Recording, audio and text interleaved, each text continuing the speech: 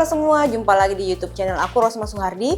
Hari ini kita akan membuat roti. Karena orang Asia suka banget dengan tekstur yang lembut, hari ini kita akan membuat roti dengan menggunakan biang, yaitu tangzong. Salah satu fungsi tangzong ini adalah membuat roti yang kita panggang itu jauh lebih lembut, kemudian tahan lama, kemudian rasanya itu lebih keluar.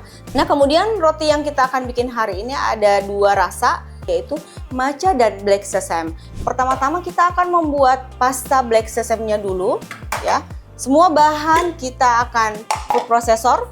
Di sini ada wijen hitam, kemudian ada gula pasir, lalu ada minyak sayur.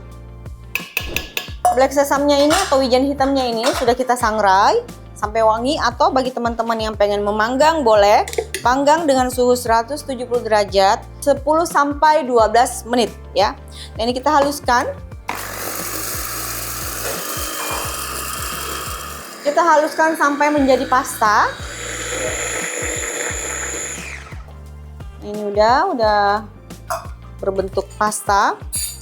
Nah, bagi teman-teman yang pengen masih ada sisanya, kan ini banyak, kalian boleh taruh di jar ya. Ini tahan 3 minggu ya.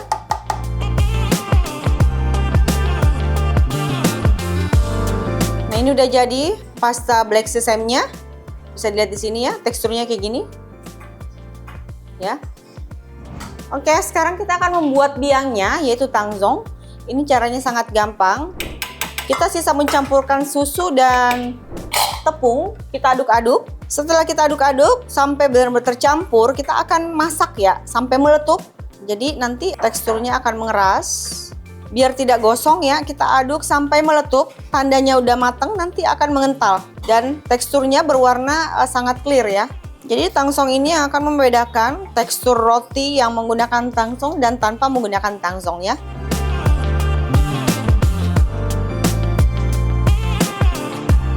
Nah, ini udah meletup ya, jadi teksturnya kayak bubur sumsum. Gunakan panci yang anti lengket ya, jadi lebih gampang. Kita tunggu sampai biang ini dingin, baru kita bisa gunakan ya, karena kita akan campur ke dalam adonan roti ya. Nah, di sini ada bahan pasta, yaitu black sesame pasta, kemudian ada matcha bubuk. Nanti kita akan gunakan setelah adonannya kita bagi dua. Jadi kita akan membuat adonannya terlebih dahulu ya. Kita akan mencampurkan semua bahan di sini kecuali butter dan garam ya. Butter dan garam ini akan masuk setelah semua bahan tercampur, tapi tidak sampai kalis. Jadi ada kondisi yang dinamakan 60% glutennya terbentuk. Nah, butter ini harus dingin tapi tidak beku. Jadi pada waktu kita pencet si butternya, masih ada tekstur tangan kita yang bisa kelihatan ya. Jadi kita pisahkan butter dan garam. Yang kita masukkan di sini ada susu, ini wajib dingin ya. Kemudian ada telur, kemudian ada ragi, kemudian gula. Jadi gula dan ragi itu temenan, tapi kalau ragi dan garam itu musuhan. Jadi ragi dan garam itu tidak boleh dimasukkan secara bersamaan ya. Di sini kita masukkan tepungnya. Lalu kita akan aduk menggunakan hook. Jangan salah menggunakan ini ya, alat buat mengaduk roti. Jadi kuncinya dalam pembuatan roti itu adalah selalu menjaga suhu adonan tetap dingin. Nah, suhu adonan setelah kita mixer di dalam bowl ini wajib 26 derajat Celcius. Kalau misalnya adonan kalian terlalu panas, nanti tidak akan ngembang dan tidak berhasil rotinya. Jadi kalau misalnya kalian sudah mengadonin si adonan ini, kemudian suhu akhirnya itu di atas 26, kalian boleh istirahatkan dulu ke dalam kulkas sebentar ya. Tunggu setelah suhu 26 baru keluarkan, baru kalian melakukan proses proofing ya. Tunggu semua bahan tercampur rata, baru nanti kita akan memasukkan butter dan garam. Nah, bagi teman-teman yang biasanya dapurnya sangat panas, kalian boleh mengganti air es dengan es batu ya. Perbandingannya 50-50. Jadi kalau misalnya di dalam resep itu airnya 50, kalian bisa mengganti 25 gram es batu, kemudian 25 gramnya itu adalah air dingin. Biar adonan kalian tetap aman, karena semakin banyak gesekan di dalam mixer, itu akan membuat adonan kalian panas. Jadi sebenarnya kunci dalam pembuatan roti itu adalah suhunya harus dingin. Kadang-kadang ada juga orang yang bikin roti, kenapa selalu bantet? Karena dia tidak mengikuti proses yang dimana ada proofing awal dan ada proofing kedua. Dan itu proofing awal tuh harus sampai benar-benar adonannya itu sampai mengembang. Kadang ada yang mengembang sampai harus 2 kali lipat. Kadang ada yang nggak boleh mengembang sampai 2 kali lipat. Kalau yang adonan yang kita bikin hari ini harus mengembang 2 kali lipat ya dari ukuran awal. Kemudian pada waktu kita adonin harus benar-benar sampai kalis. Kalis itu apa? Nanti kita akan ngasih lihat adonannya akan membentuk membran ya. Nah, ini tangzongnya udah dingin. Jadi benar-benar dingin ya, bukan juga dingin kayak beku ya. Jadi kayak suhu ruang aja. Kalau ada yang tanya suhunya berapa? 20 ya. 20 18. Nah, ini kita masukkan ke dalam sini.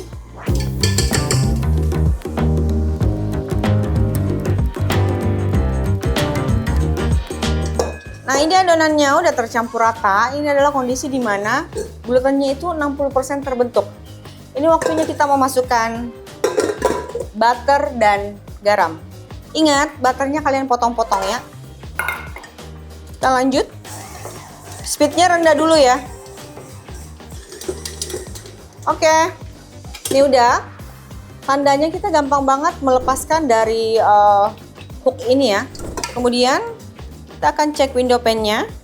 Dari sini aja bisa kelihatan kalau si adonan ini tuh sangat elastis, mengkilat. Kemudian ya, kita akan bagi 2.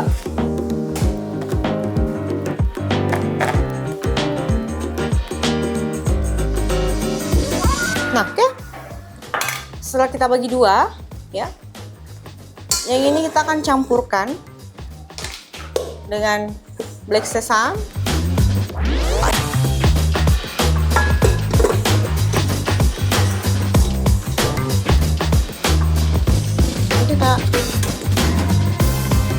Ini proses kita mencampurkan aja si pastanya dengan adonan ya. Jadi boleh menggunakan tangan kayak gini. Kita bulatkan, kita taruh sini. Kemudian yang matcha. Kemudian bubuk matchanya kita taruh di atas sini. Kita semprot air kira-kira 2 sampai 3. Ini tujuannya biar dia lengket ya.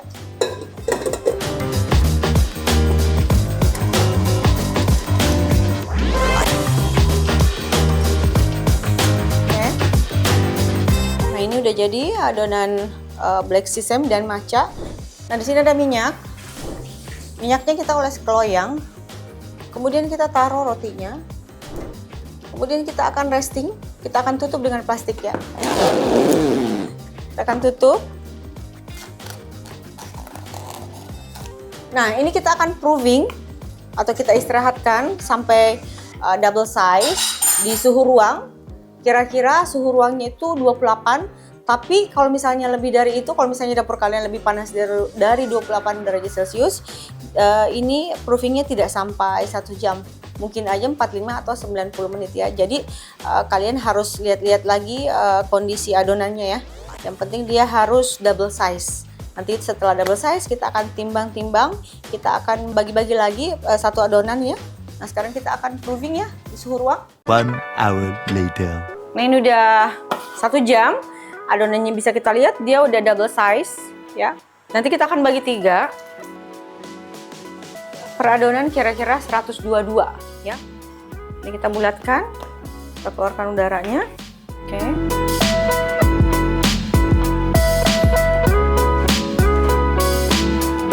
Oke. Nah, ini kita kempreskan dulu udaranya, terus kita bulatkan kayak gini aja. Ini kita istirahatkan dulu 10 menit biar si glutennya relax ya. Jadi pada waktu kita rolling dia akan nurut, tidak akan membal atau balik-balik lagi ya. 10 minutes later. Ini selalu bagian yang mulus ini akan kita tempatkan di bagian luar ya. Jadi kita rolling dulu.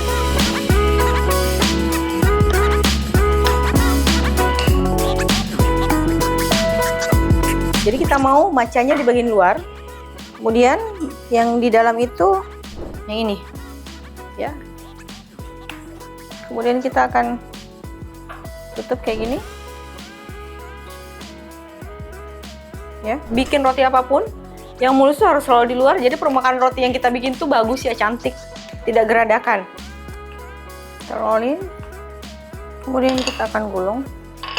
Jadi roti ini tuh bisa kalian oles juga dengan olesan misalnya oles stroberi atau coklat atau butter ya, butter aja juga bisa.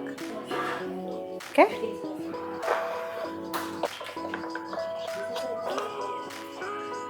Nih, udah jadi. Kita akan proofing 1 jam sampai ukurannya double size. Kalau mau ngelihat ukurannya itu tidak sampai ngelewatin si loyang ini, tapi sampai sini aja.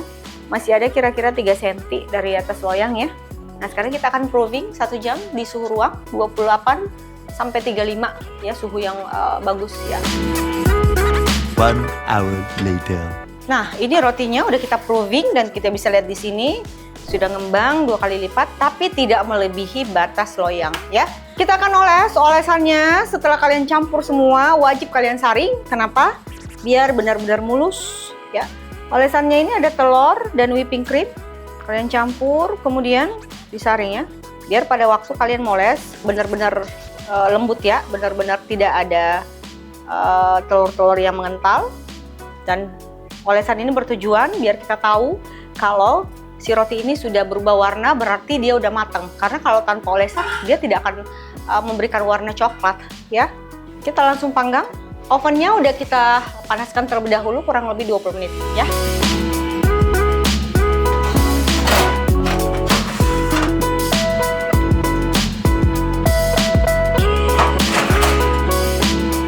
Nah, rotinya udah jadi.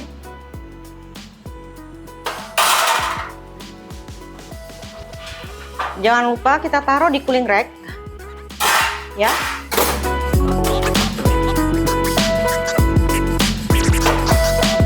Ini kita akan melihat tekstur rotinya. Jadi saya akan sobek dengan tangan. Tangan saya sudah bersih. Oke.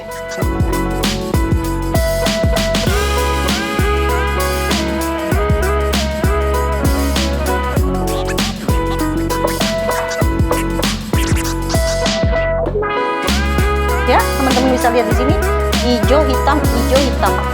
Kelihatan gradasinya kan?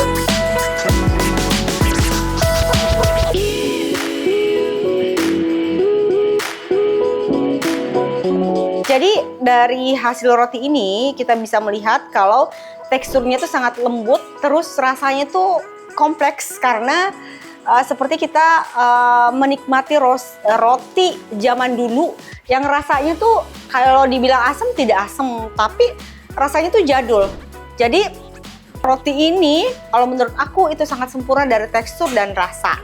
Jadi roti ini bisa kalian sajikan dengan berbagai macam olesan, misalnya dengan olesan selai buah, coklat, atau peanut butter, atau kalian bisa memanggang kembali sampai garing.